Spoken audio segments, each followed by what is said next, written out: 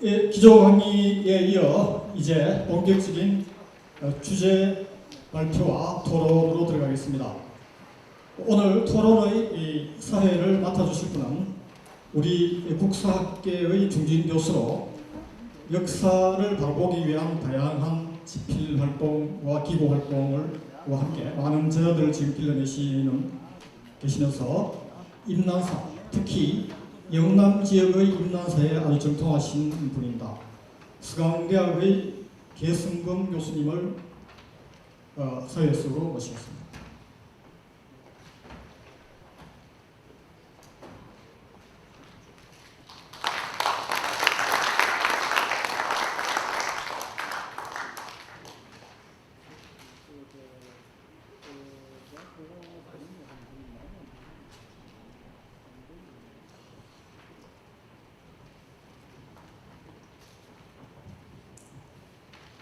네, 방금 소개받은 계승범이라고 합니다. 저기 지금 제가 받은 여기 그 프로그램의 세부 일정에 보면은 지금 한 35분 정도 시간이 좀 지난 상태입니다. 그리고 저기 오늘 다 마치는 시간이 아무리 늦어도 5시 한 20분 정도까지는 맞춰야 여기서 무궁화호를 타고 동대도 가서 이제 뿔뿔이 각자 갈 길로 갈 수가 있어요. 그래서 지금 여기 그 세부 일정 계획을 보면 다 시간이 나와 있지만 한 30분 정도가 지금 뒤쳐져 있는 걸 감안해서 발표하시는 분이 전부 5분이십니다. 주제가 5꼭지고 한 꼭지당 토론하시는 분이 2분이 이제 배정이 되어 있습니다. 해서 본래 계획은 20분 발표, 5분 토론 이렇게 되어 있었는데 일단 발표를 15분 내에 해주시고요. 다음에 이제 그렇게 해야 2분이 5분씩 할 때 25분을 얼추 맞춰서 숨가쁘게 시간을 맞춰 따라갈 수가 있을 것 같습니다.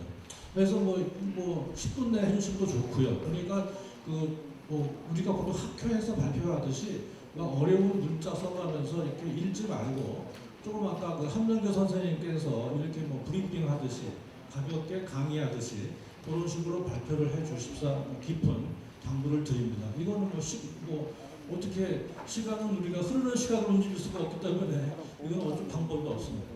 그러면 요번 먼저 일정은 5꼭지를 한꺼번에 다 하는 게 아니고 먼저 2꼭지를 발표를 합니다. 그 다음에 토론자분의 말씀을 듣고 발표자의 간단한 답변을 듣고 잠시 한 10분 정도 쉬었다가 다음에 2번째 세션에 들어가서 나머지 3꼭지를 또 발표를 합니다. 그러고 나서 역시 토론자와 발표자 사이에 간단한 질의응답이 있을 예정입니다. 그 다음에 마지막으로 세부 일정 마지막으로 여기 청중에 나와 계신 분들께서 질문이 있으시면은 질문을 하면서 자유롭게 토론할 수 있는 종합 토론이 한 30분 정도 예정되어 있습니다. 그것으로서 오늘 학술대 발표 공식적인 일정은 다 막을 내립니다. 자, 그러면은 더 지체할 필요 없이 바로 첫 번째 발표에 들어가도록 하겠습니다. 첫 번째 발표는 저기 국방부에 계시는 김경록 선생님께서 나오셔가지고 이제 발표해 주시겠습니다. 빨리 나오시죠.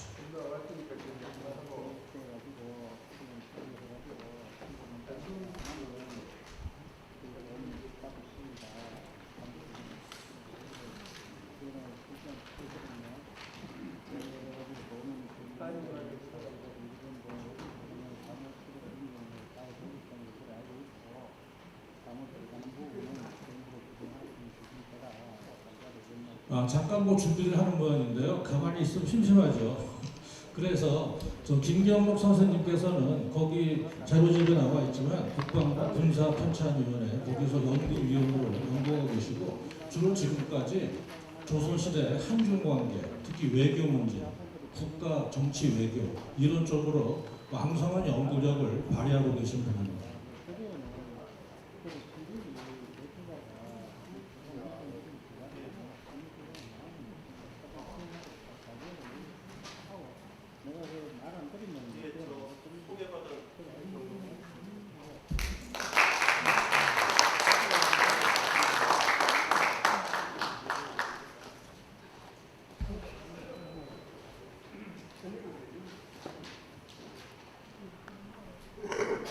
선생님 불 좀 꺼주십시오.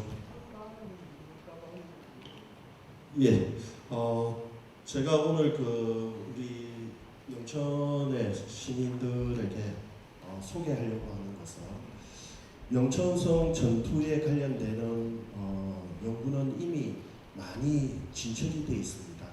그래서 실질적으로 창의를 했던 의병들이라든가 실제 전투 과정 그리고 거기에 지금 현재 남아있는 유물 유적에 관련되는 것들에 관련해서는 현재까지도 많이 진척이 되어 있습니다. 그래서 저는 이때까지 여러 선생님들이 조금 관심을 안 가졌던 영천성 수복 전투가 가지는 어떤 군사사적인 의미를 간략하게 좀 정리를 해서 소개해 드리고자 합니다.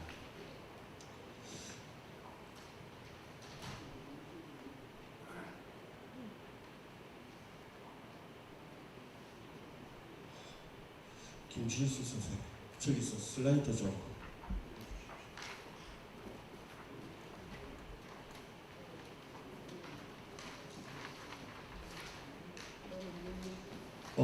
그래서 제가 오늘 말씀드리려고 하는 것은 크게 세 가지입니다. 첫 번째는 뭐냐면 임진전쟁이라는 것과 영천성 전투를 이야기할 때 반드시 거론되어야 되는 것이 뭐냐면 일본군의 주둔 현황이라고 하는 것입니다.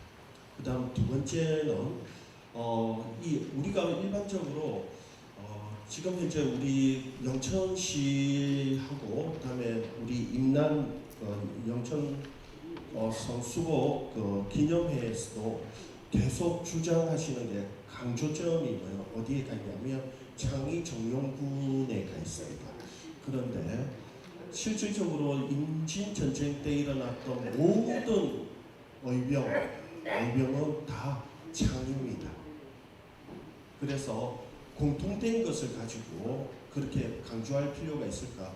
그러면 좀 더 영천성의 어떤 특이한 점, 특징 이런 것을 좀 찾아보기 위한 것이 두 번째고요. 그 다음 세 번째는 실질적인 군사 측면에서 한번 한 5가지 정도를 짚어드리고자 합니다.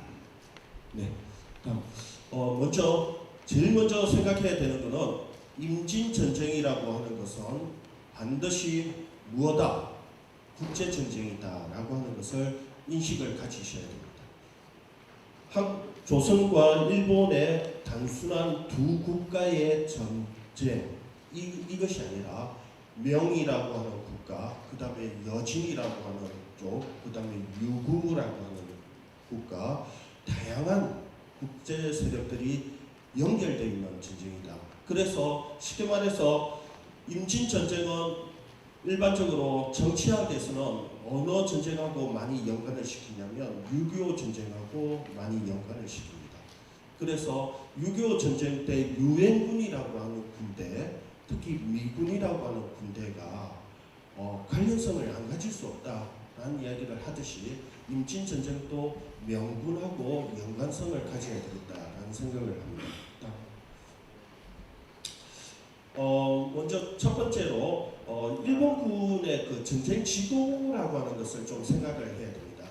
여기 계신 분들은 이제 군에 갔다 오셨기 때문에 이때 전쟁 지도는 매 지도가 아니고 전쟁을 어떻게 해야 된다라고 하는 지침 이런 것을 말합니다. 그걸 봤을 때 첫 번째는 뭐냐면 조선을 점령을 해야 돼요. 조선을 점령을 해야 일본이 진짜 원하는 중국 명이라고 하는 대륙을 침략해 들어갈 수 있습니다. 그래서 전쟁의 제1차 전쟁 지도는 뭐냐면 조선을 점령을 하는데 이게 민주주의 국가, 현대의 민주주의 국가하고 전근대 국왕이 있던 왕국하고는 크게 다릅니다. 현재의 민주주의 국가에서는 다 땅을 다 차지해야 돼요. 그래야 한 국가를 멸망을 시키는 겁니다. 그런데 왕조 국가 시대에는 어떠냐? 왕을 잡으면 됩니다. 장기에서 왕을 잡듯이 왕만 잡으면 돼요. 그래서 그걸 하기 위해서 제일 먼저 했던 것이 뭐냐면 최단 시일 내에 한양을 점령을 하고 국왕 선조를 잡겠다라고 하는 것이 1차적인 목적이었습니다.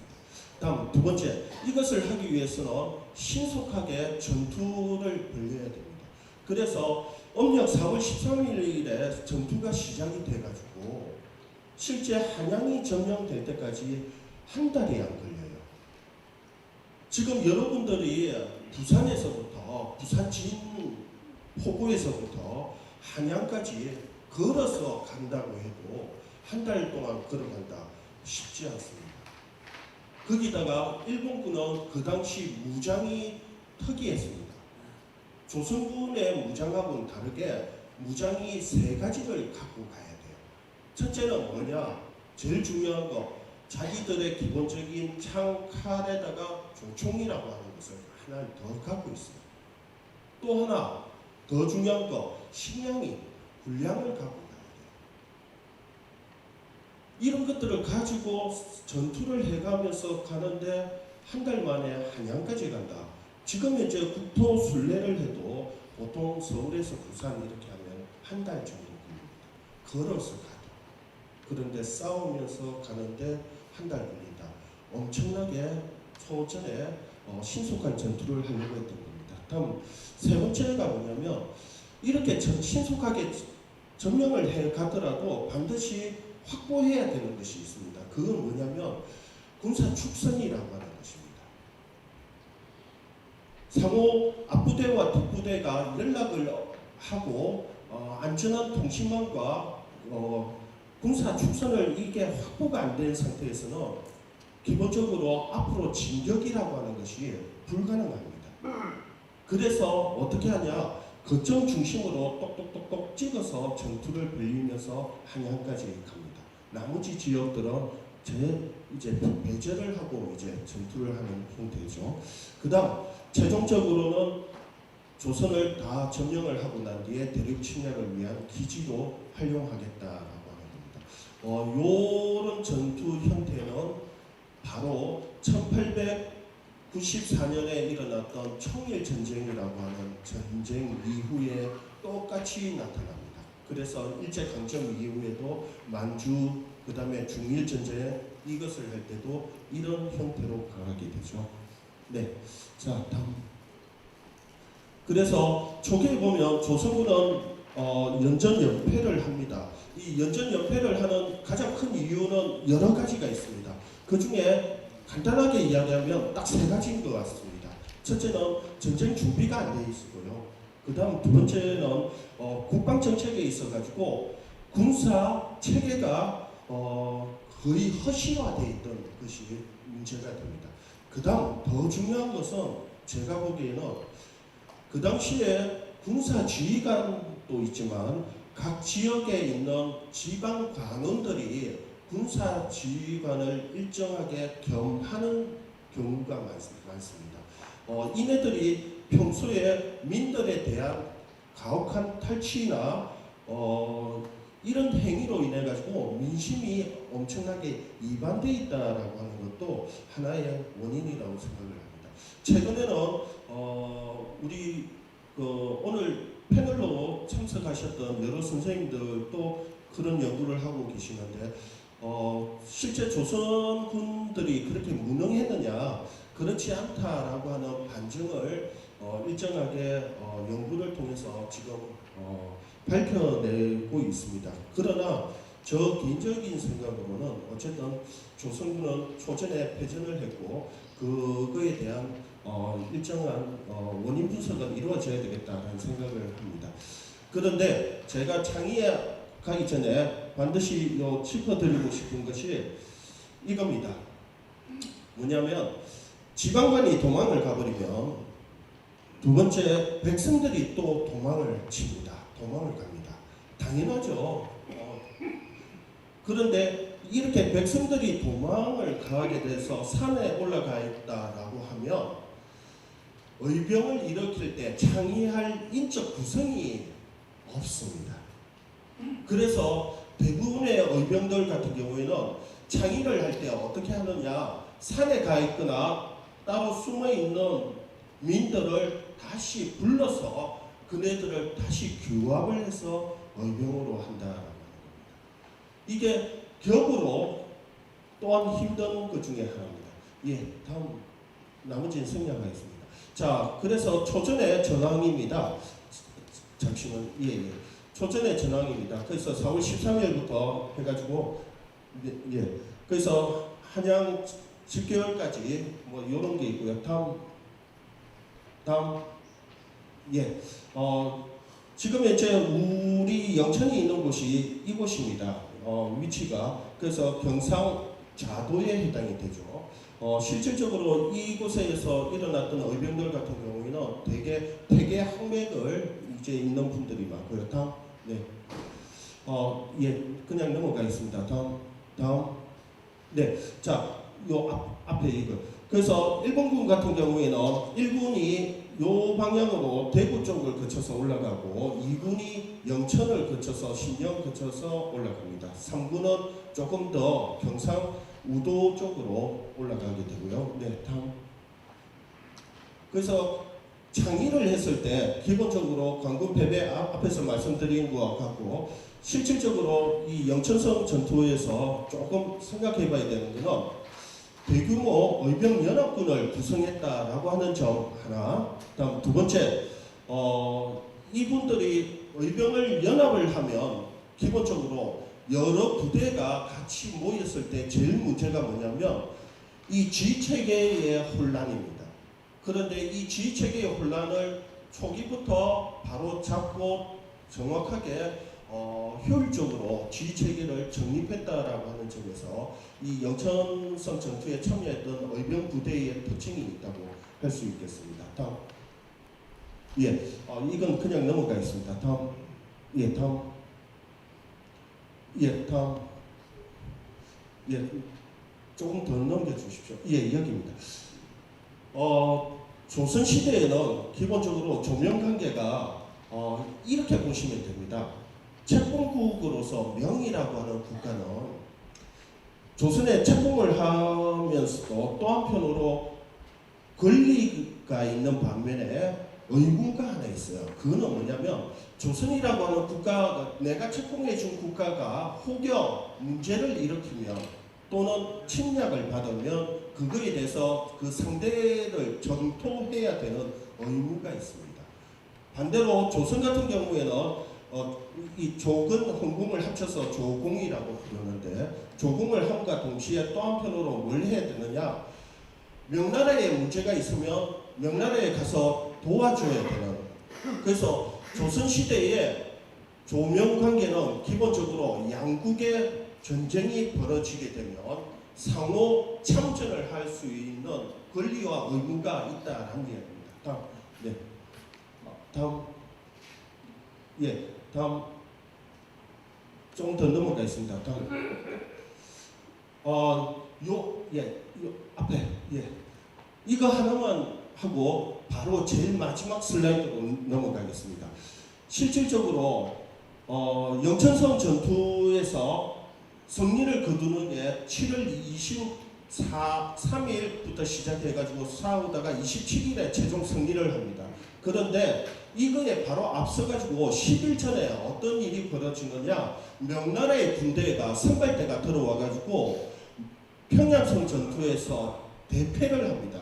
여기서 명나라 장수가 전사를 하는 것까지 있어요.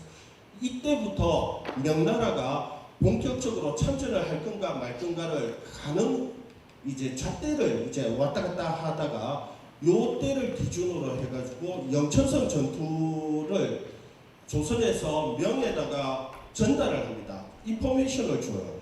그래서 이 여러 가지가 합쳐서 명나라의 본격적인 참전이 결정이 됩니다. 그 참전을 결정시키는 가장 큰 역할을 했던 전투 중에 하나가 뭐다? 예, 영천성 수국 전투라고 할 수 있습니다. 예, 다음. 예, 이건 그냥 넘어가겠습니다. 다음. 예, 다음. 자, 마지막으로 한마디만 더. 공성전입니다. 영천성 수국 전투는 뭐냐면 일본군이 성 안에 있어요. 의병이 관군도 아니고 의병이 바깥에 있습니다. 물론 숫자는 4,000대 1,000이라고 하는 숫자의 우월성은 있지만 전투력으로 봤을 때는 실질적으로 비교가 안 되죠. 거기다가 더 중요한 거, 공성전을 하려고 하면 뭐가 있어야 되느냐? 공성 무기가 관군이 기본적으로 갖고 있는 다양한 공성 무기들이 있어야 돼요. 이런 무기들이 있어야 되고, 이런 무기에 아주 압도적인 병력이 있어도 잘 이기기가 힘들어요. 그래서 매번 유도하는 게 뭐냐면 성을 나와가지고 싸울 수 있도록 유도를 많이 합니다. 이렇게 해도 실질적으로 공성전을 치르면 공격하는 쪽이 항시 피해를 많이 입어가지고 전공의 효과가 아주 위협합니다. 그런데 영천선 수복 전투 같은 경우는 의병의 피해에 비해 가지고 그 효과가 아주 높았다라고 평가할 수 있습니다. 다음 슬라이드. 20분 지났습니다. 예. 1분만 주십시오, 선생님. 예, 다음. 예, 이겁니다. 이게 울산성 전투, 2차 울산성 전투를 그린 건데, 요 조그만 성 하나 하기 위해서 명나라 군대가 이렇게 바퀴벌레처럼 완전히 둘러싸서 공격을 해요. 이래도 패배를 합니다. 그 정도로 공성전이 어렵다라고 하는 이야기입니다. 예, 제일 마지막 슬라이드로 선생님 가주십시오. 이런 공성 무기가 있어야 된다는 이야기고요. 예, 마지막으로 앞에서 했던 이야기 좀 정리를 해서 끝내겠습니다. 첫 번째, 영천선 전투는 임진 초기 전황을 반전시키는 의미가 있고요. 다음 두 번째, 의병연합군의 승리, 특히 창의정용군이라고 해서 지휘체계를 일원화시키고 했던 의미가 있고요. 다음 세 번째, 공성전으로서의 승리라고 하는 의미가 있습니다. 다음 제가 제일 강조하고 싶은 거, 군사외교적으로 가장 큰 명나라의 참전을 유도해내는 의미도 있었다고 생각이 듭니다. 이상으로 마치겠습니다. 네, 감사합니다. 20분이 더 지났는데요. 이게 지금 빈말이 아닙니다. 지금 이렇게 서울로 가시는 분도 많고 열차 시간이 있기 때문에 어떻게 할 수가 없어요. 그러니까 시간을 많이 빼쓰시면 다른 분 시간이 그만큼 줄 수밖에 없는 제로섬 게임에 가깝습니다. 그러니까 15분을 꼭 사수해 주시기 바라고, 두 번째 발표하실 원장님 빨리 나가주시기 바랍니다.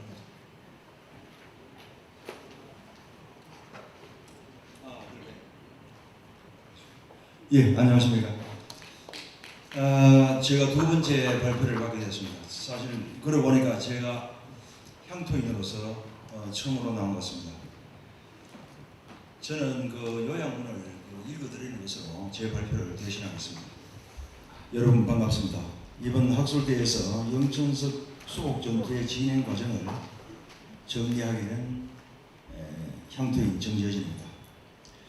영천성 수복전투의 진행 과정에 대한 자세한 내용은 이미 배포한 자료에 수록되어 있으므로 이를 참조하여 주시기 바라고, 본 발표는 이 사건을 바라보는 제 관점과 전투를 승리로 이끈 요인 등에 대하여 간략하게 말씀드리도록 하겠습니다. 역사는 객관적 사실에 관한 기록이기 때문에 누가 써도 똑같은 내용일 것이라는 생각은 잘못된 것입니다. 물론 연표나 인물, 구체적인 사실 등은 자료에 의해 어느 정도 객관적으로 확정할 수가 있겠지만 이를 어떻게 바라볼 것인가는 사가에 따라 다를 수가 있기 때문입니다. 예컨대 임난 당시 팔공산을 거점으로 이루어졌던 다양한 대응 활동을 어떻게 볼 것인가에 대하여 지금까지의 많은 자료와 연구들이 이를 대구 지역의 의병 활동으로 서술하고 있습니다만, 실제 다른 관점에서 보면 이를 대구 지역의 관리와 유지들이 백성들은 왜군의 무제한 약탈 아래 버려둔 채 항우의 의병 활동이라는 명분으로 산중 요새에 도피해 있었던 것에 불과하다고 볼 수도 있는 것이죠. 이는 영천 지역의 의병 활동을 비교해보면 더욱 뚜렷하다고 생각합니다. 영천 지역에서는 의병들이 산중에 거점을 두었다는 말을 저는 아직 들어본 적이 없습니다. 영천성 수복을 바라보는 관점에 대해서도 임난 정신문화 선양의 주체로 2017년에 있었던 대구 지역 임난사 학술 자료집에 한 연구자는 이렇게 기술합니다. 7월 초 한상대해전을 시작으로 금산에 대한 조선군의 압박과 권율의 이치 전투 승리, 명군의 평양성 공격 등을 계기로 일본군은 수세에 몰리기 시작했다. 경상도의 경우 8월 이후에 경상 좌변사 박진이 영천 읍성 탈환에 이어 경주성을 탈환하고 군사를 동원하는 등 전면적인 반격이 감행되었다라고 적고 있습니다. 이는 마치 영천성 탈환이 박진의 관군에 의하여 이루어진 것처럼 스스로고 있는 것이죠. 하지만 이는 심각한 사실 왜곡이라고 생각합니다. 잘 아시다시피 박진은 영천의 의병 활동을 끝없이 견제한 인물이었고 영천성 수복에 있어 그와 관군의 역할은 거의 없었다고 해도 과언이 아닙니다. 제가 보기에 영천성 수복은 전 고을민이 주변 지역으로부터 온 의병들과 함께 이루어낸 역사적 회거입니다. 기록에 의하면 당시 영천의 인구가 4,000명을 넘지 않았고 신령과 합한도 해도 10,000명을 넘지 않았을 것입니다. 그 중에서 약 2,000명의 영천과 신령 출신의 의병들이었다면 이는 노약자와 여성을 제외한 거의 모든 성인 남성들이 참여한 셈입니다. 그리하여 영천성 수복을 기술하면서 몇몇 의병장들의 활동에 초점을 맞추는 것은 사실을 정확하게 이해하지 못한 것이라고 생각합니다. 영천성 수복 전투에서 누가 총지휘를 했느냐? 말하자면 의병 총대장이 누구냐를 놓고 지금까지 400년 정도를 넘게 소모적인 지역 갈등이 있어 왔습니다. 제가 보기에는 영천성 수복 전투에 있어 그런 일은 없었다고 생각합니다. 어떤 분들은 싸움에 탁월했고 어떤 분들은 전략에 또 어떤 분들은 의병과 군량을 모으는 일에 뛰어났을 뿐 이를 총괄하는 지휘관이 따로 있었다고 볼 근거는 미약합니다. 설사 몇몇 기록에서 그러한 흔적이 있다 하더라도 실제 의병 활동이나 전투가 진행된 과정을 보면 모두 자발적인 참여로 이루어진 것이지 누구의 명령이나 지휘에 의하여 이루어진 것은 아닌 것이 분명합니다. 이제 이런 소화적이고 소모적인 논쟁은 그만둘 때가 되었습니다. 만약 당시의 의병들이 지금 자신들의 후손들이 벌이는 논쟁을 보시면 뭐라 생각할지 참으로 생각이 많아집니다. 일각에서는 제가 정담의 복성기를 저번으로 하여 영천성 수복 전투를 바라보는 데에 대하여 문제를 제기하는 분들이 계시기도 합니다만 이는 제 논문에서 이미 그 이유를 밝힌 것처럼 그것이 유일하게 당시 역사적 사건에 직접 참여한 사람이 그 전 과정을 기록한 자료이고 그리고 다른 자료들과 비교 검토한 결과 그것이 가장 믿을만하다고 볼 충분한 근거가 있었기 때문에 제가 선택한 것입니다. 그래야 정감이 김윤국과 박진 의병들의 힘으로 이룩한 영천성 수복의 성과를 자신들의 공적으로 통과시켜 조정에 보고했다고 한 기록은 일종의 고발이며 그리고 징비라고 하겠습니다. 이번 논문에서는 이미 정리한 것이 나가는 이 전투의 승리 요인을 다시 한번 강조하면 다음과 같습니다. 먼저 절체절명과 사적성의 결단이다. 그리고 다음은 영천인들이 가진 호국의 유전인자, 그리고 세 번째는 선비, 그리고 지사들의 리더십, 그리고 마지막으로 다양한 전술과 그리고 화공을 꼽을 수가 있겠습니다. 역사를 잊은 민족은 잘못된 역사를 반복할 수밖에 없고 미래 또한 담보할 수 없으면 지난 역사가 증명합니다. 그러므로 우리는 풍전등화의 위기에 처한 조국을 위하여 자신의 한 목숨을 초계처럼 여기며 산화해간 그 위대하고 숭고한 정신을 생각하여 일체의 논쟁이나 반목으로부터 벗어나야 할 것입니다. 그래야 우리는 과거 이 땅에서 우리의 선조들이 일궈낸 그 위대한 성취를 통하여 우리 영천의 정신을 찾아내야만 할 것입니다. 이 땅은 우리들만 살아가는 것이 아닙니다. 선조로부터 우리들이 이 땅을 물려받았듯 우리 또한 이 땅을 우리의 후손에게 물려줘야 하기 때문이죠. 그리하여 저는 지금까지 말로만 구성하고 정작 실체는 보지 못했던 그날의 역사적 사실의 한 조각을 세상에 드러내므로써 영천인들이 대동화합으로 가는 한 걸음에 일조하며 아울러 그날 참전하신 여러 영웅들 그리고 산화하신 위대한 영혼들에게 이 못난 글을 바칩니다. 여러분 고맙습니다.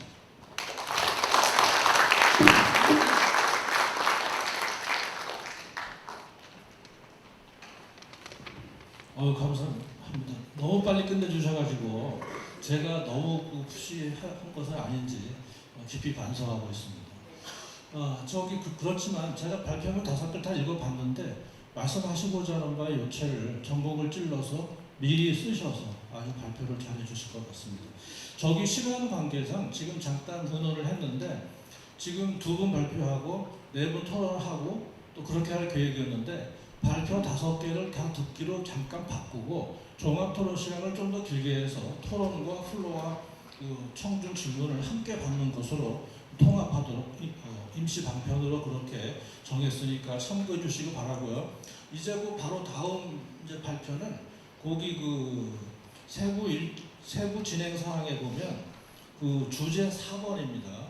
김경태 선생님께서 나오셔가지고 거기 영천석 수복 전투를 바라보는 일본의 시각이라는 제목으로 한 15분에서 20분에 걸쳐서 한 15분에 걸쳐서 또 강연 같은 발표를 해주시겠습니다. 다 준비됐습니까? 네.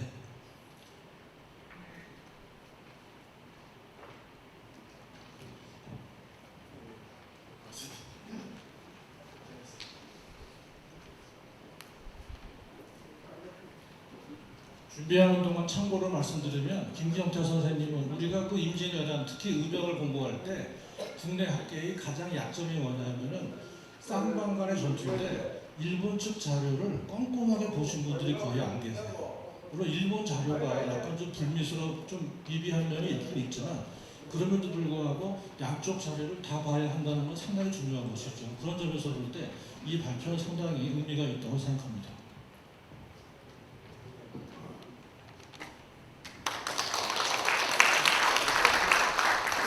네, 안녕하십니까.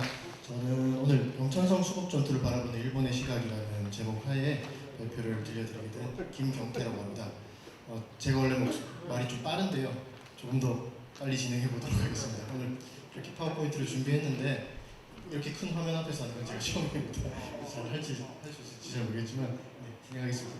오늘 목차는 이렇고요. 여기 앞에가 좀 끊겼는데 전투 당시 혹은 그 직후에 일본군이 영천성 전투군 의병에 대해서 어떻게 인식하고 있었는지, 그 다음에 근대 이후 일본 측 연구에서의 평가, 그 다음에 이것은 이제 일제강점기까지 포함하는 것입니다. 그 다음에 해방 이후 일본 사상에서는 일본의 패전 이후 현대의 일본의 평가는 어떤지 간단하게 한번 살펴보도록 하겠습니다.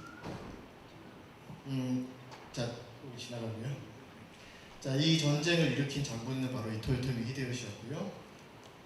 그리고 영천성 조선 후기의 해동 지도라는 지도이긴 한데 선생님들께서 많이 보셨으리라 생각됩니다.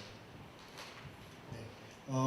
오늘 앞에서 정재진 선생님께서도 말씀해 주셨고 또 이따가 김강식 선생님께서도 말씀해 주실 테지만 영천성 전투에 대한 전반적인 한국의 조선의 사료에 대해서는 이미 많이 익숙하신 분도 계실 것이고 또 앞으로 또 다음 시간에 또 계속 말씀을 들으실 것이라고 생각됩니다. 그러나 공통점은 영천성 전투에서 우리 측에서 조선 측에서 참여한 사람들에 대해서 많은 논쟁도 있고 또 많이 밝혀진 바도 있지만 그 싸운 일본군의 도대체 정체가 무엇인지에 대해서는 상당히 모호한 상태다라는 것은 공통적인 것 같습니다. 그러면 일본군이 남긴 사료에서 스스로 이 전투에 대해서 어떻게 기록하고 있는지 찾아봐야 될 텐데 아쉽게도 결론부터 말씀드리자면 당시의 사료는 없습니다. 당시의 사료는 지금까지 제가 찾은 바로는 없다고 할 수는 없지만 아직 제가 찾지 못했습니다. 그런데 이제 임진왜란 이후인 아마 에도 시대라고 하죠. 조선 후기 우리나라 시대라고 따지면 그 시대에 만들어진 것으로 생각되는 사료에는 영천성 전투에 대한 언급이 있습니다. 2가지 정도인데요. 하나는 이제 조선 태평기라는 사료고요. 하나는 이 나베시마 나오시게라는 임진왜란 당시에 제2군의 가토기용화사와 함께 조선에 건너와서 함경도까지 북진을 했던, 침략을 했던 사람인데 어디에 영지를 가지고 있었냐면 규슈의 사가라는 지역에 영지를 가지고 있었습니다. 상당히 오래된 집안이고 어제 큰 비가 와서 많은 피해를 입었다고 하고요. 우리나라에서도 많이 후쿠오카로 많이 가지만 사가 공항에 이제 적감봉이 많이 이렇게 빨리 진행해야 되는 이런 얘기하면 안 되는데요. 그런데 지금은 이제 한일 관계가 좀 악화되면서 사가 공항으로 이제 더 이상 가지 않는다고 합니다. 거기에 영지를 가지고 있던 영주입니다. 상당히 큰 영지를 가지고 있던 사람인데 이 사람의 어떤 일대기를 행장식으로 문집시기로 남긴 기록의 일부 영천성 전투에 나온 것 있습니다. 네.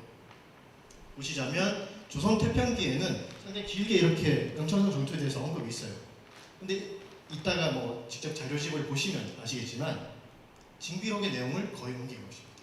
징비록이 유성룡이 쓰신 징비록이 일본의 17세기 후반경에 이제 전래가 되게 되는데요. 오늘 토론을 해주신 김시덕 선생님께서 밝혀주신 부분이긴 하지만 이게 옮겨가면서 징비록의 내용을 거의 그대로 옮기면서 약간 더 극적인 부분을 추가한 그 정도의 내용입니다.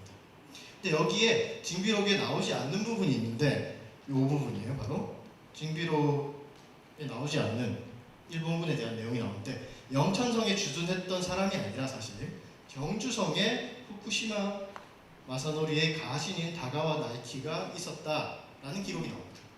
근데 영천성에 주둔했다라는 기록은 아니에요. 그리고 아까 말씀드렸던 나베시마 나오시게의 기록에 보면 여기도 보시면 경주성에 후쿠시마 마사노리의 대신해서 다가와 나이키라는 사람이 주둔하게 되어 있다. 경주성 이렇게 되어 있습니다. 그런데 징비록에 보시면 아까 징비록을 옮겨 적은 조선 태평기에 나오지 않지만 영천적에서 패배한 적들이 이동해서 경주성으로 갔다 이런 기록이 나옵니다.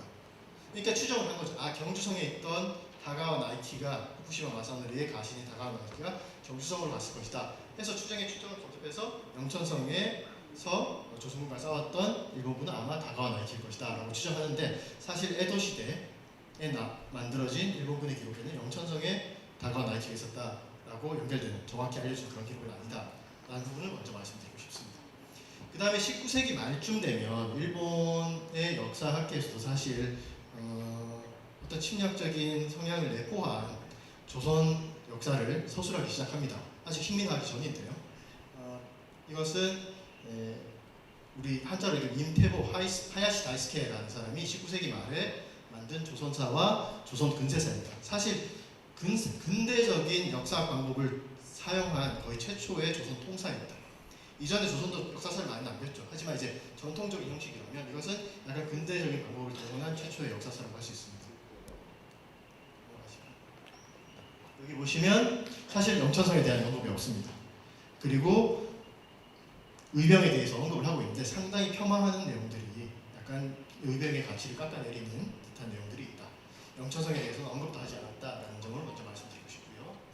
그 다음에 현채라는 이분은 조선 사람입니다. 한국 사람인데 나중에 이제 약간 친일로 돌아서긴 합니다만 이분이 이 하야시 다이스케 책을 보고 조선사를 조선의 역사를 근대적인 역사 방법으로 한번 서술해 볼 필요가 있겠구나 라고 생각해서 번역을 하는데 아까 그 책을 번역을 하는데 약간 조선의 민족적인 부분들을 더 추가했어요.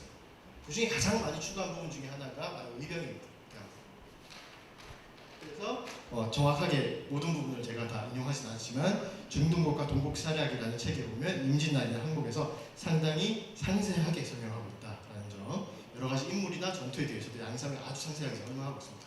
당시로서는 아까 하야시 다이스케는 거의 그냥 언급하지 않고 이름만 언급하고 폄하했다라는 데 비해서는 대조적으로 많이 서술했다라는 것을 알 수 있는데 사실 여기서도 영천성 전투에 대해서는 언급하지 않고 있습니다.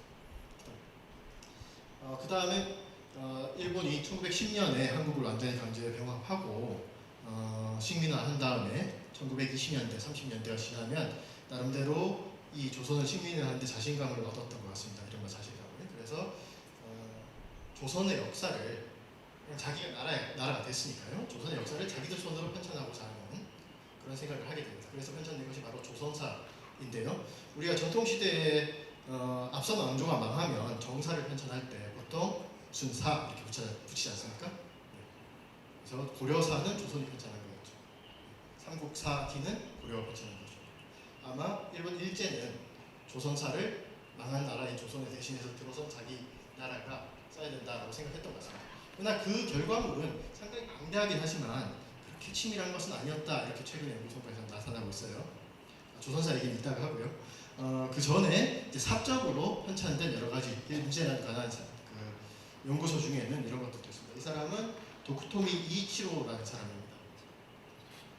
이이치로인데 우리가 더 잘 알려진 이름은 도쿠토미 소호입니다. 일본의 언론인이자 나중에는 역사 연구가이자 나중에는 약간 선동적인 어떤 글들을 많이 쓴 사람인데요. 도요토미 히데요시 시대의 역사를 쓰면서 임진왜란에 대해서도 상당히 많은 분량을 할애했습니다. 그 중에 보시면 나름대로 조선사를 이때쯤 되면 다 보게 됩니다. 많이 보게 돼요. 그래서 나름대로 자기가 객관적인 역사 서술을 하고 있다고 자부하게 되면 의병에 대한 서술을 무시할 수가 없는 거죠. 조선사료에 다 나오니까. 그래서 쓰는데 사실 의병이란 용어 자체를 쓰지 않고요. 이렇게 보시면 뭐 유격전 이런 용어를 써서 의병을 언급하지만 이것은 이제 정확한 아주 치밀한 분석이라기보다는 제 어떤 느낌인데 가능하면 약간 이렇게 좀 최소화하고자 하는 그런 느낌들이 보이고 있습니다. 역시 영천성 전투에 대한 명확한 언급은 없습니다.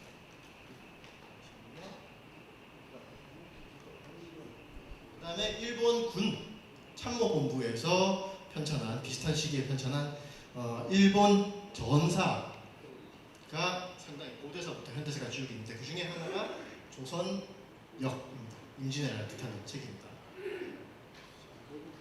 여기 보시면 이제 드디어 영천성 전투에 대한 언급이 나옵니다.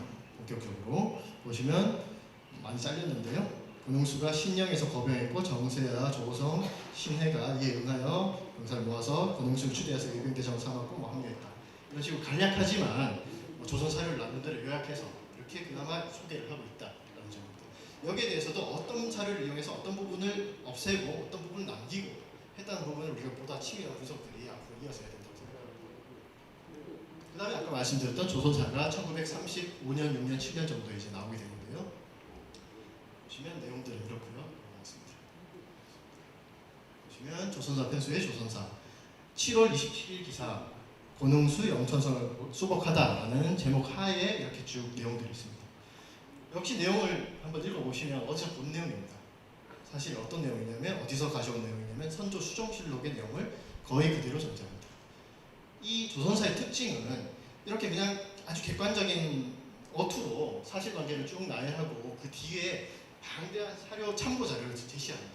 여기도 이 뒤에 제가 사료집을 보시면 아시겠지만 천조 실록, 선조 수종실록, 실비록 비롯해서 한 20건, 30건의 사료들이 참고 자료에 붙어 있는데 그걸 다 참고해서 이렇게 치밀하게 분석해서 의견을 서술하는 게 아니라 사실 그냥 수정실록을 갖다 옮겨요. 이런 부분들을 우리가 충분히 분석해야 되겠죠. 얘들이 정말 오랜 세월 동안 지식인들을 동원해서 치밀하게 분석해서 정리를 했구나 라고 보기에는 약간 허술한 면이 있습니다. 조선사는. 조선사를 보실 때 주의하실 필요도 있고 너무 겁내실 필요도 없는 것 같습니다. 선조 수정실록에서 거의 그대로 가지고 온 내용입니다. 여기에서 이제 말씀드렸고요. 그래서 의병장, 일본 의병장을 표현하고 있고 우리 측을, 조선 측을 일본군은 일본군 적 이렇게 표현하게 됩니다. 그러니까 조선 사료를 별 변형 없이 그대로 쓰고 있었던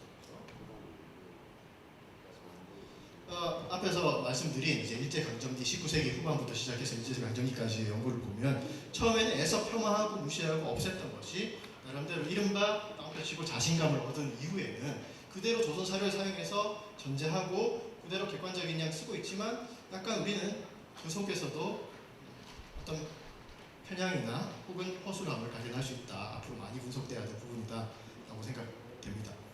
우리 해방 후 1945년 8월 15일 이후 일본의 역사가 많은 변화를 겪습니다. 근데 일본에서 임진왜란에 대해서는 굉장히 많은 연구를 했었어요. 의도가 분명하겠죠.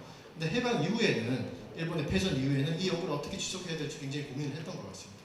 그래서 언급을 하지 않거나 아니면 약간 반성적인 측면에서 서술을 하거나 했는데 의병에 대해서는 별로 서술이 없었어요. 연구가 없었어요. 그런데 상당히 오랜 세월이 지나서 이 누키 마사유키라는 분이 이런 제목을 보셔도 풍신 정권의 해외 침략이라는 것을 규정하고 있는 것 그리고 조선 의병 연구라는 제목 자체에서 의병에 대한 연구를 하고 있었던 것입니다. 보시면 제가 다 읽지는 않겠습니다. 연구를 해방 이후에 우리나라에서 해방 이후에 일본의 패전 이후에 임진왜란 연구를 시작한 사람으로서 선배들의 연구를 보면 이상하게 당연히 있어야 될 민중의 저항이라는 부분이 소거되어 있었다.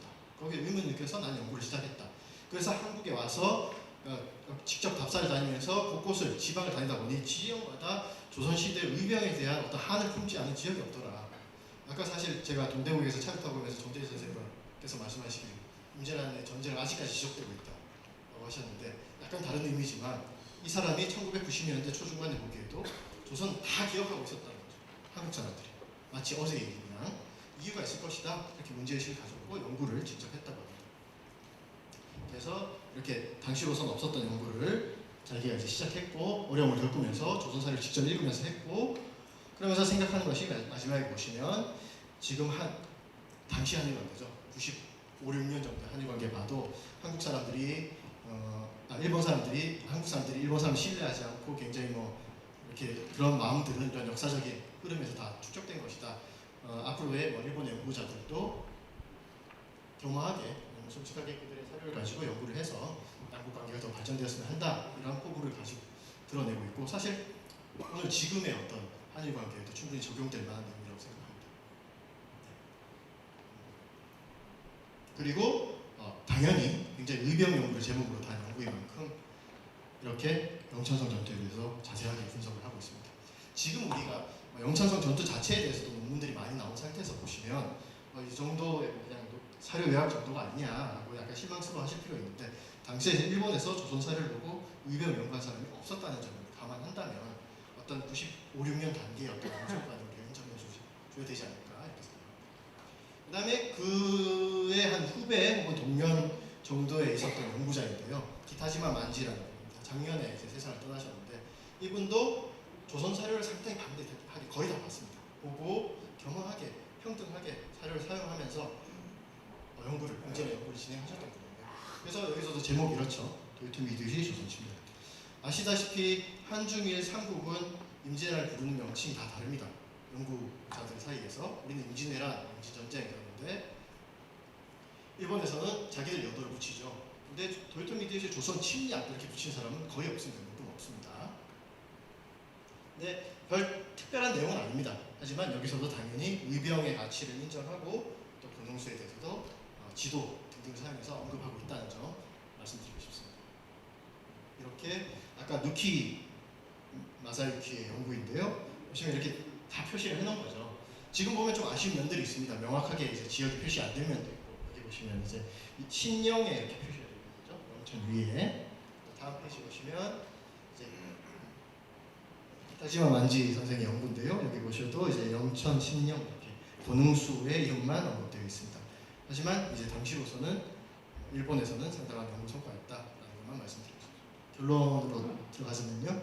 일본 측 임진왜란 시 의병에 대한 서술은 사실 분량의 다과 문제를 떠나서 서술하지 않았다면 왜 서술하지 않았는지 일부만 서술했다면 왜 그랬는지까지 파악해야 된다. 단순히 드러난 부분만 가지고 이야기하기 어려운 부분들이 있다. 사료도 적고요. 19세기 후반에서 20세기 초반에 만들어진 저술에서는 임진왜란 시 의병에 대해서 상당히 폄하하는 경향이 있었고 영천성 전투에 대해서는 별 언급이 없었다. 그러나 조선사라는 것을 편찬하게 될 시점에서는 조선사를 이용해서 이야기를 하고 있으나 이 역시 상당히 축소된 면이 있다는 것입니다. 여러 사를 보고 그것을 다 종합해서 분석한 것이 아니라 하나의 설을 그냥 전제한 수준이었다.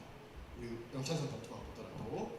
그다음에 일본이 패전 이후 조선의 사를 이용하여 조선 민족 민중의 저항이라는 측면에서 그들의 활동을 밝혀내는 연구가 이루어졌고요. 이전 시기에 있었던 식민사학적 연구 경향에 대한 또한 통렬한 비판의식, 반성의식에서 비롯된 것이고 미래지향적인 어떤 연구를 위해서 그런 연구들이 이루어졌는데 사실 우리도 그들의 어떤 이러한 어려운 연구를 잊고 있고 일본에서도 많이 각광을 받지 못하는 상태인 것 같습니다. 우리가 뭐 한국의 연구에서 보자면 약간 부족한 면이 있더라도 충분히 기억하고 또 앞으로의 신진 연구, 일본에 계신 연구자들과 함께 또 같이 연구를 진행하는 그런 연구들이 또 이런 행사들이 계속 이어졌으면 좋겠습니다. 이상으로 마치겠습니다. 네, 감사합니다. 시간을 잘 지켜주셨네요. 덕분에 그 영천성 수복 전투 이 승리한 거에 대해서 일본 사람들이 어떻게 지금까지 지난 400년간 봐왔는가 이거를 한번 흐름을 잡을 수가 있었습니다. 저기 지금 이제 잠깐 휴식을 취할 텐데요. 지금 3시 23분이거든요. 여기 계획은 한 10분 정도 휴식이니까 한 33분 정도, 35분까지는 들어와서 이제 발표 2분 마저 다 하신 다음에 전체 토론을 하고 종합 토론을 같이 하는 쪽으로 진행하겠습니다. 지금부터 10분 동안 잠깐 휴식하겠습니다. 이 대처 이것의 그 콘텐츠 관련으로 발표를 해주시겠습니다. 네.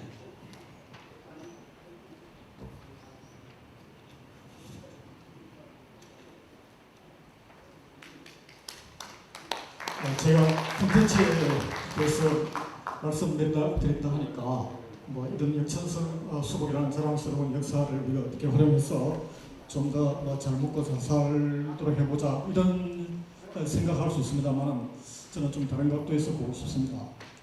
지금 우리 이 현재 이 홀 안의 상황이 제가 보기에는 임난 당시에 우리 한국의 상황과 거의 유사하지 않을까 싶습니다. 어떻게 보면 지금 현재 한일 관계 경제 보복 상황이나 지금 영천성 이수복 정책을 어떻게 하면 우리가 영천의 역사로 제대로 좀 복원해서 시민들이 공유하는 역사로 만들 것인가 하는 이런 어떤 문제의식에서 보면 어떻게 보면 지금 상황도 역시 절인행이라는 말로 표현할 수 있지 않을까 싶습니다. 제가 오늘 여러분들을 뵙는 마음이 마치 그 당시에 의병장들을 보는 것 같습니다.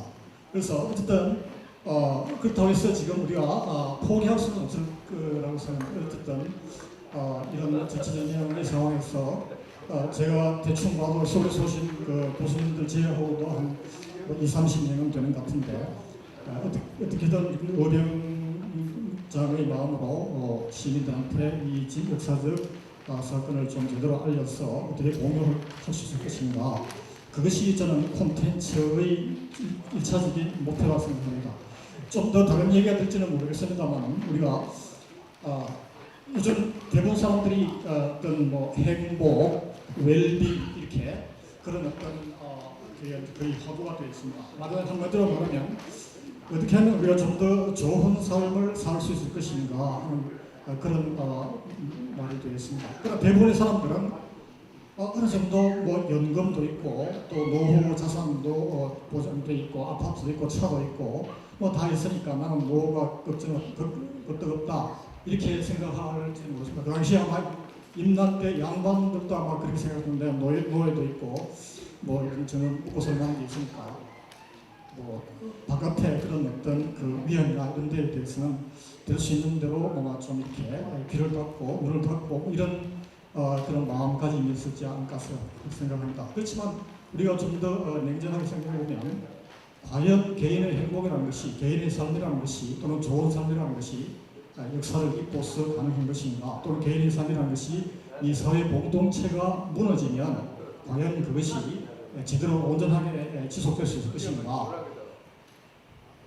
그래서 결국은 가족 관계나 친구 관계나 이 사회, 지방자치단체, 또 오늘날 우리 삶은 지방자치단체에 의존하는 면이 굉장히 많습니다. 지방자치단체, 그 다음에 국가, 그 다음에 동아시아, 세계, 자연 이런 것들이 무너지면 결국은 우리 삶도 무너질 수밖에 없습니다. 그래서 간혹 이제 임진왜란 때 스님들도 산속에서 그렇게 이제 지내다가도 결국은 이 공동체가 무너지니까 나와서 의령으로 참전하고 했던 그런 역사입니다. 결국은 우리가 지금 역사를 공부하는 것도 현재 우리가 처한 역사적인 상황, 문제의식 이런 것을 냉정하게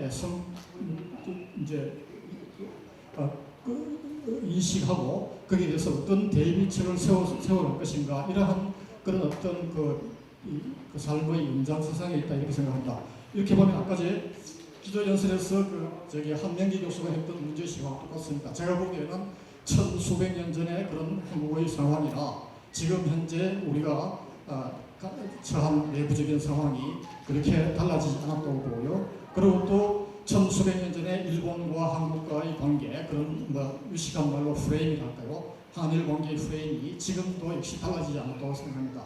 이것을 극복하기 위해서는 저는 외람됩니다만 어쨌든 이 영천성 수복 전투를 통해서 우리가 임난사를 제대로 알고 어떻게 하면 우리가 일본을 극복한다 할까, 좀 더 거시적으로 보면 좀 원만한 한일 관계의 정립을 통해서 이 동아시아도 오늘날 유럽이 누리는 것과 같은 그런 한 방향으로 어떤 인류의 공동 목표나 그런 어떤 환경 문제 이런 데 대해서 이런 좀 소득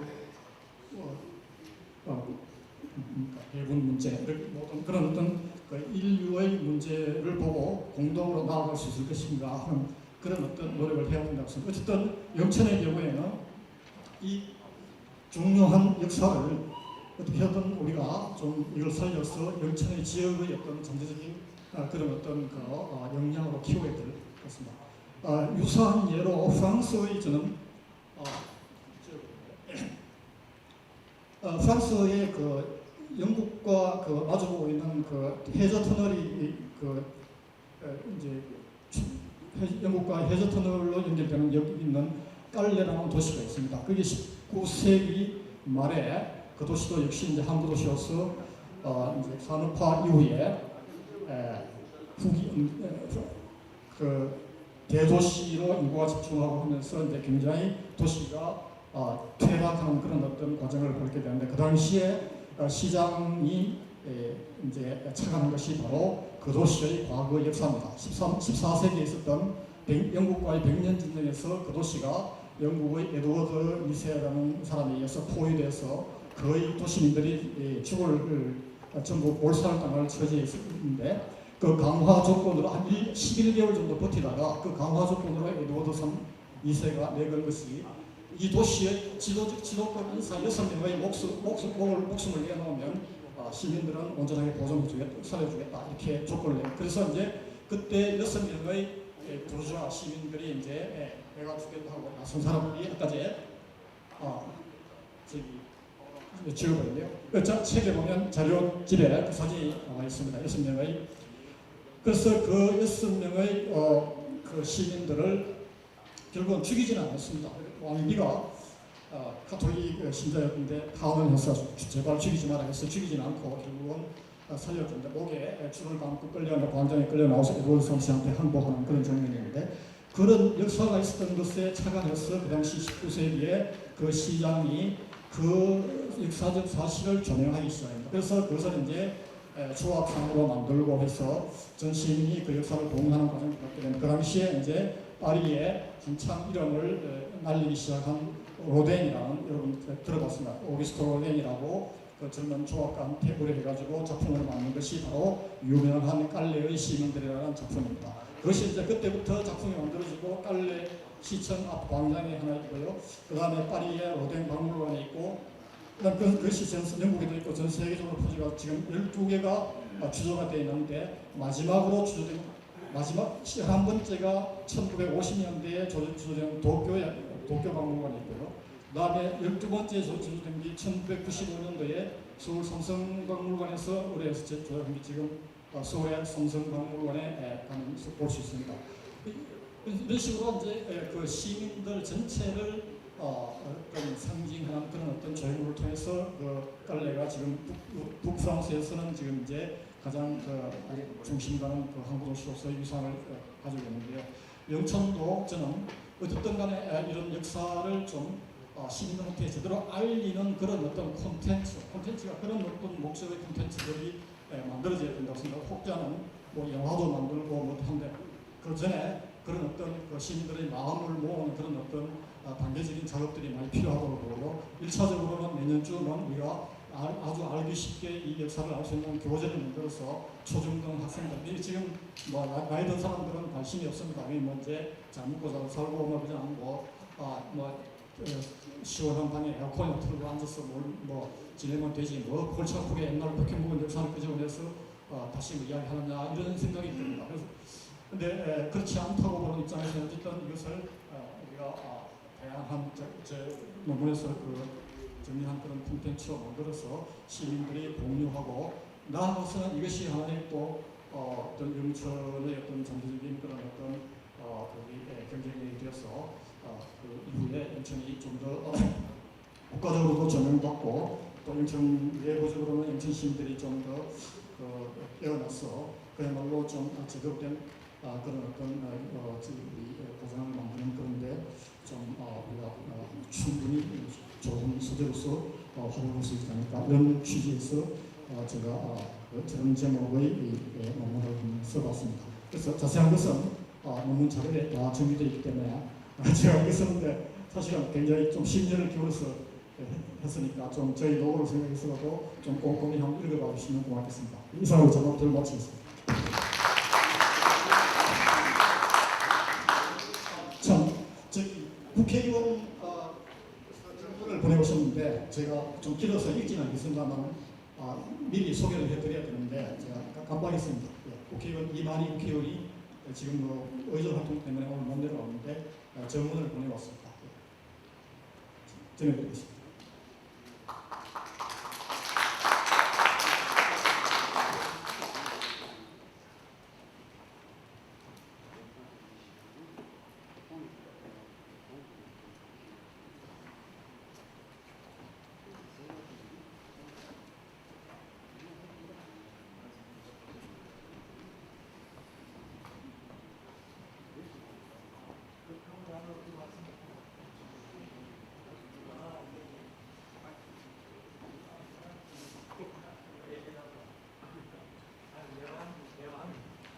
죄송합니다. 제가 지금 급하게 KTX 열차 시간표를 좀 붙이느라고 지금 들어왔습니다. 참 미쳤습니다. 저기 지금 발표 내부를 다 했고요. 이제 마지막 발표 맡으신 김강식 선생님께서 나오셔가지고 발표해 주시겠습니다.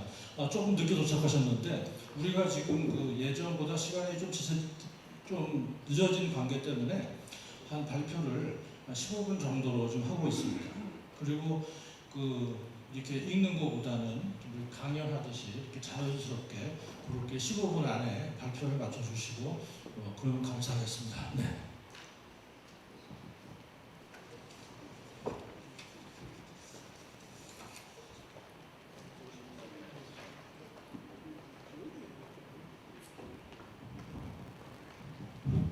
반갑습니다.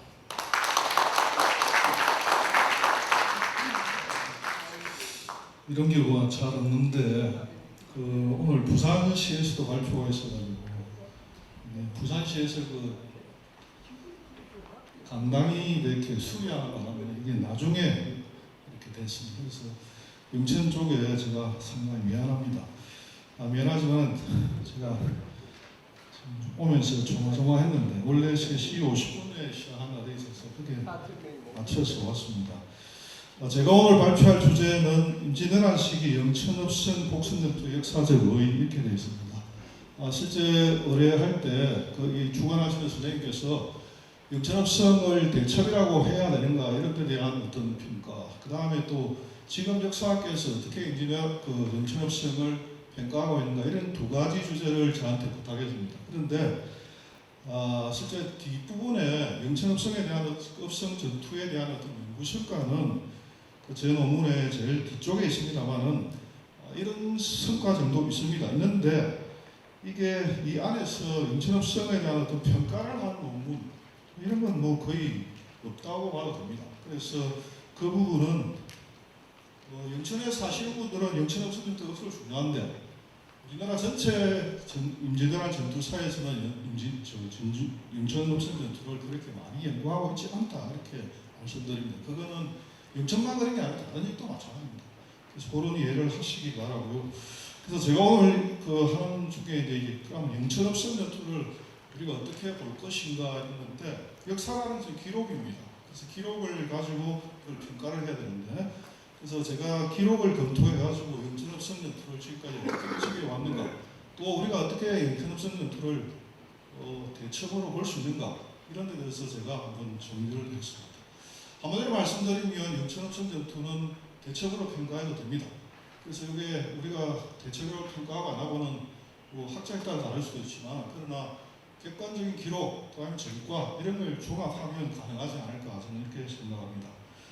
제가 오늘 발표할 내용 중에 보면 첫 번째는 임진왜란 시기 육전의 전투 이렇게 되어 있습니다. 표가 자막을 나와 있는데 임진왜란 7년 동안에 전투가 많이 있었습니다. 그 중에 육지하고 해전에서 있었습니다. 오늘 전투는 육지 전투를 중심으로 정리하면 이것도 지금까지 연구되어 있고 아니면 또 자료든 이런 데서 나와 있는 것들을 정리한 겁니다. 그래서 이거 학자에 따라서는 이것보다 횟수가 더 늘어날 수 있고 줄어들 수 있습니다. 한 60, 70회 정도의 전투가 있다. 육지 전투 있는데 근데 그 중에서 이제 가장 큰 또 대책으로 평가될 수 있는 전투가 뭐냐 이런 겁니다. 그래서 지금까지 대책으로 평가되는 전투는 여러분들 임진왜란 3대첩 하면 다 아시죠? 첫 번째는 김시민 장군의 진주성 대첩이 있습니다. 그 다음에 또 바다에서는 이순신 장군의 한산도 대첩이 있습니다. 그 다음에 또 하나는 건율 장군의 횡주 대첩이 있습니다. 이걸 우리가 3대첩이라고 하는데 이 3대첩도 나중에 기록에 나와 있습니다만은 조선시대나 아니면 그 기록 이후의 기록에 그 3대첩이 딱 정해져 있는 게 아닙니다. 그래서 오히려 3대첩 하게 되면 그 전쟁의 규모나 이런 걸 봤을 때 한산도 대첩을 빼고 노량진을 였습니다. 왜냐하면 노량진이 훨씬 더 전투가 규모가 크거든요. 그래서 이런 것들도 우리가 그 학자에 따라서 논란이 되고 기록에 따라 논란이 되기 때문에 너무 그게 얽매일 필요는 없을 것 같다 이렇게 이야기하셨습니다. 그러면 진주성 전투가 왜 3대첩에 속하느냐? 이래 여러분 알다시피 일본 군인들이 북쪽으로 올라가면서 그 전투에서 제일 중요한 군량 문제인데 군량을 확보하려면 전라도를 차지해야 됩니다.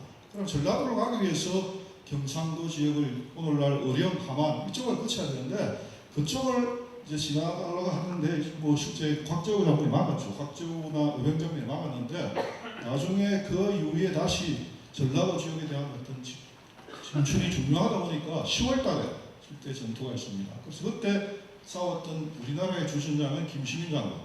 그리고 일본 쪽에서는 실제 가토를 위시한 어떤 이런 병사들이 있는데 진주성 안에 군사들은 한 3,000명 내외 정도 되었습니다. 일본 군인들은 한 10,000명 정도 됐죠. 그리고 바깥쪽에서 그때는 경상우도에서 관군과 의병의 어떤 그 조율이 잘 됐습니다. 학봉 김성익이죠. 그래서 그 조율이 잘 돼서 바깥쪽에서 지원하는 의병들이 많았습니다. 그래서 수적으로 보더라도 크게 밀리지 않았다 이렇게 말씀드릴 수 있는데 그래서 거기서 이제 싸워 이겼고 그 다음에 대첩으로 평가되는 전투들은 나름대로 임진왜란 속에 가장 큰 어떤 그 전투사적인 의미가 있습니다. 그다음에 아까 진주성 대첩은 일본 군인들이 군량치 호남을 찾아 진격하려는 그걸 막은 거죠. 그런 의미에서 의미가 있고요. 그 다음에 이제 두 번째 육지에서 대첩으로 이야기될 수 있는 현주 대첩이 있습니다. 현주 대첩 여러분 아시다시피 일본 군인들이 북쪽으로 올라갔다가 6월달, 7월달 되면 평안북도 평양까지 점령했습니다. 그 다음에 함경도는 다 점령했죠. 그러다가 이제 명나라 군인들이 참전하고 그 다음에 하면서 이제 또 어병들이 일어나고 이렇게 하면서 일본 군인들이 후퇴를 합니다. 후퇴하는 과정에 1593년 개산입니다. 이 개산은 1월달에 오늘날 그 고양이입니다. 고양이에 남아 있는 현주 산성에서 싸웁니다. 그래서 이때에 실제 명나라 군인들은 평양성을 탈환하고 난 이후에 제대로 추격을 잘 안 해줬습니다. 그럴 때 건율 장군이 현주 산성은 여러분 가보시면 알지만 아주 그 한강변의 요새입니다. 거기를 근거해서 싸우게 되는데 성 안에는 한 2,300명 정도의 2,500명, 3,000명 정도의 군사가 있고 그 다음 바깥쪽에서는 일본 군인들이 지금 후퇴하면서 서울, 오늘날 서울입니다. 한성에 한 3만 명 정도의 군사가 집결을 했는데 이 군사를 다 동원해서 이제 9번이나 전투가 있었습니다. 그걸 거기서 지켜낸 거죠. 그리고 또 건율 장군 현주상 싸울 때 외곽에서 지원하는 군인들도 의병이나 이런 게 많이 있었습니다. 그래서 거기를 싸워 이겼고 그 싸워 이기니까 이제 일본 군인들이 정말 한반도의 그 조선의 수도였던 한성을 내놓고 이제 호텔을 하게 된 거죠. 그래서 그런 의미가 있었다고 볼 수 있고 그 다음에 또 하나는 그 연안대첩 혹은 연성대첩이라고 할 수 있는데 이거는 함경도에서 이정함이 있었습니다. 그래서 이 전투에서 역시 마찬가지로 일본의 장수였던 구로다 나가마사 이 흑전장령이 나왔는데 이 장수 휘하의 한 군사가 5,6천 명 되었습니다. 그러나 여기에 대해서도 실제 그 안에 대응하는 어떤 함경도 아닙니다. 항해도의 군사들이 수적으로 크게 밀리지 않는 이런 데서 전투를 해서 싸워 이겼다 이렇게 말씀을 드릴 수 있고요. 그 다음에 이제 또 마지막으로 이야기될 수 있는 부분에 북간대첩이 있습니다. 이 북간대첩은 함경도 쪽입니다. 함경도 쪽에서 실제 아까 함경도를 점령한 장수는 가토 교마스입니다. 가등충정인데 이 함경도 지역에서 이제 차지하고 일본군이 직격하니까 함경도는 서울로부터 너무 먼 지역으로 해서 그쪽에 있는 국경이나 이런 등등의 사람들이 반란을 일으켰습니다. 그래서 반란을 일으켜서 일본 군인들에게 부역을 했거든요. 그래서 그런 것들을 이제 정봉부 장군이 이제 어병을 일으켜가지고 이 정봉부 장군은 바로 어병이라 이렇게 하기 그런데 북병사라는 직함을 가지고 그쪽에 있는 군인들 또 광군 어병을 모아가지고 전투를 일으켰습니다. 그래서 함경도 쪽에 진출해 있던 가등청정 군사들을 물리친 이거는 어떤 전투 한 번이 아닙니다. 그래서 연결된 1592년 8월부터 1593년 2월달, 3월달 후퇴할 때까지 이 시기의 전투를 북한 대첩이다 이렇게 이야기하고 있습니다. 그리고 그 다음에 두 번째 들어가서 이제 육전 대첩의 어떤 사례를 구체적으로 검토해 보는데 아까도 말씀드렸습니다만 열여식일 기술이라는 조선 후기의 실학자 이건희 선 책이 있습니다. 그 책에 보게 되면 여러분들도 뭐 초중고등학교 다닐 때 보면 뭐 임진왜란 3대책이 뭐다 시험 같은 거 잘 나와 안 했습니까? 근데 이게 꼭 고정되어 있는 건 아니다. 이게 제가 분명하게 말씀드리고 싶습니다. 그래서 이거는 오히려 조선시대 당대에 기록해 보게 되면 노랑대첩 대신에 또 뭐 한산호대첩 또 대신에 노랑대첩을 이렇게 하고 또 어떤 때는 한산호대첩을 이렇게 하고 또 아니면 육지에 있는 가까이 있는 연성대첩하고 행주대첩을 이렇고 뭐 하여튼 경우도 다양하게 평가가 되고 있다. 이렇게 제가 말씀을 드리겠습니다. 그랬을 때 특히 이제 3대첩에 대한 평가를 그러면 당대의 기록들이 어떻게 되고 있는가 이런 거 이야기할 때 아까 진주대첩은 열여식기술 안에 육지에서는 김시근 장군의 대첩이 처음에 들어가 있습니다.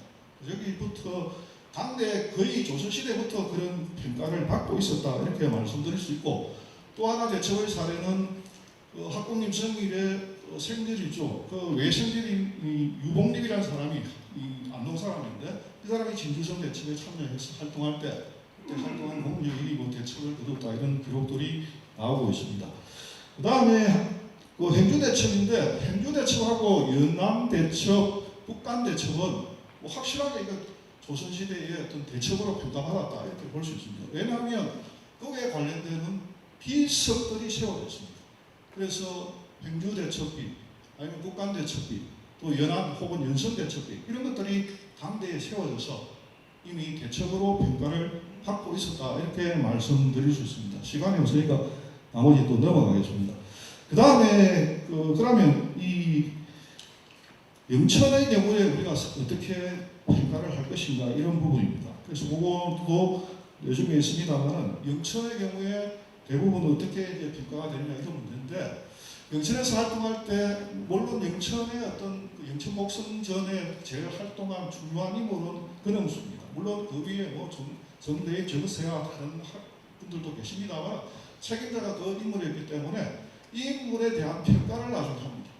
그래서 임진왜란이 끝나고 나서 실제 공신을 책봉할 때 이 인물의 어떤 업적이 당대에 활동했던 다른 무장들과 같이 몰이가 됩니다. 그래서 최종적으로 이제 뭐 우리가 알고 있는 선무공신의 1등에 이순신하고 3명이 안 들어갑니까? 그래서 그런 거 들어가고 할 때 그 논란의 대상이 되는 사람이 다름 아닌 근영수입니다. 그 이야기는 근영수가 활동한 영천 복숭의 전투의 어떤 공적이 크다 이걸 우리가 단적으로 볼 수 있다 이렇게 볼 수 있습니다. 그리고 당시에 뭐 여러 가지 기록이 있습니다만은 거기에 보면 임진왜란 끝나고 이런 시기 때 이쪽에서 가장 중요한 인물 중에 한 사람이 여헌장형광이죠. 그래서 이 여헌장형광 선생 같은 경우에는 시를 쓰면서 그게 영천업석은 대첩이다 이렇게 이야기하고 있습니다. 그 다음에 또 하나 이쪽에 유명한 지식 중에 한 사람이 또 한강정구 아닙니까? 선조 사람이죠. 이분도 학봉 임성일의 행장을 쓰면서 그게 영천에서 활동한 사람들의 업적을 대첩으로 이렇게 기록하고 있습니다. 그래서 당대뿐 아니고 그 이후에도 영천에서 있었던 영천 복성전은 충분히 대첩으로서 이렇게 평가를 받고 있다 이렇게 볼 수 있습니다.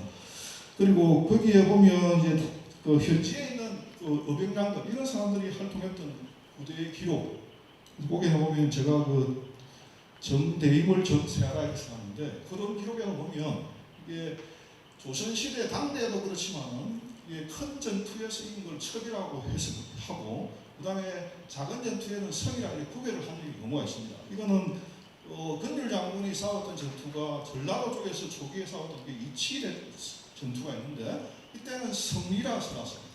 그러나 행주는 반드시 대첩이라 되어 있습니다. 그리고 이수신 장군이 중앙에 자기의 어떤 전공을 보고할 때 항상 크게 이길 수 있는 성첩이라는 글자를 씁니다. 그래서 우리가 조선시대에 지금 문집을 기록을 요즘 저도 뭔가 이 데이터베이스와 다이어트에서 많은 자료를 한꺼번에 볼 수 있는데 거기에 대책이라는 용례를 쭉 검색을 해보면 대책이라는 말 그대로 서술형으로서 크게 이겼다, 싸웠어 이렇게 쓰는 경우도 있지만 대책이라는 어떤 명사형으로서 그걸 평가하는 경우도 있습니다. 특히 영청형은 있죠. 그래서 영청업성에도 복선 영토를 우리가 대책으로 평가해도 지나침이 없다. 저는 이렇게 말씀드리고 싶습니다.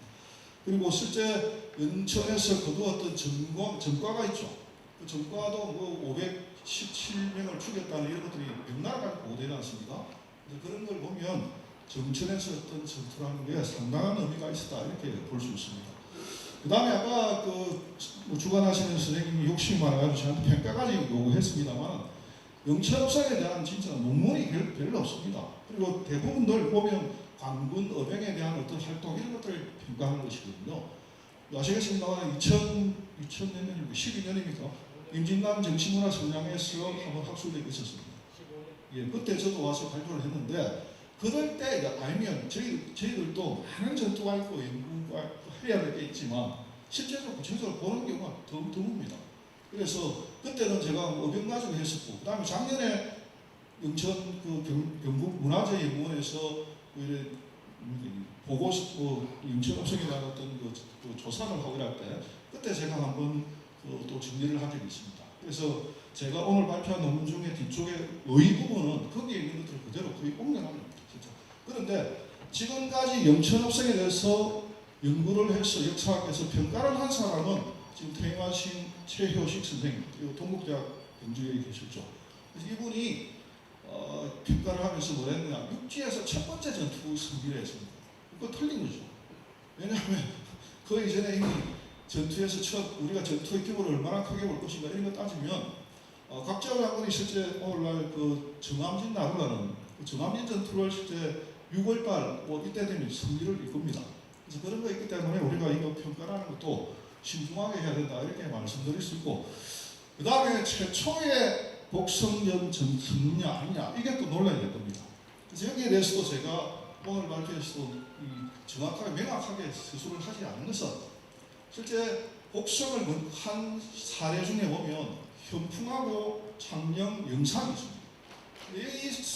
여기에는 지금 저도 한 몇 년 전에 또 창녕에 대해서 연구할 기회가 있어서 한번 발표를 했는데 그 전투에 대한 기록은 정확한 날짜들이 없습니다.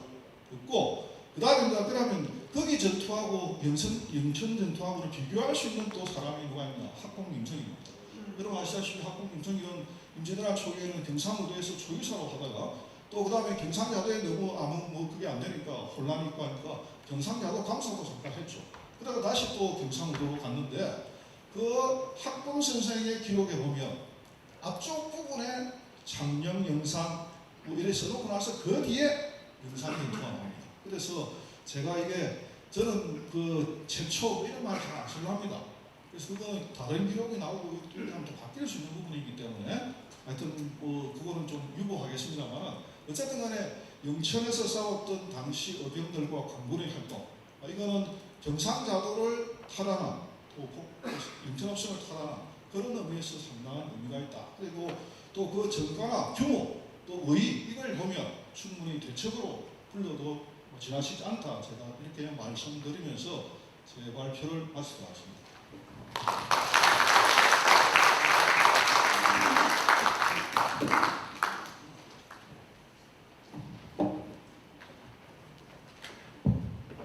네, 감사합니다. 지금 오늘 좀 강행군 중인데 5분의 그 발표를 다 들어보았습니다.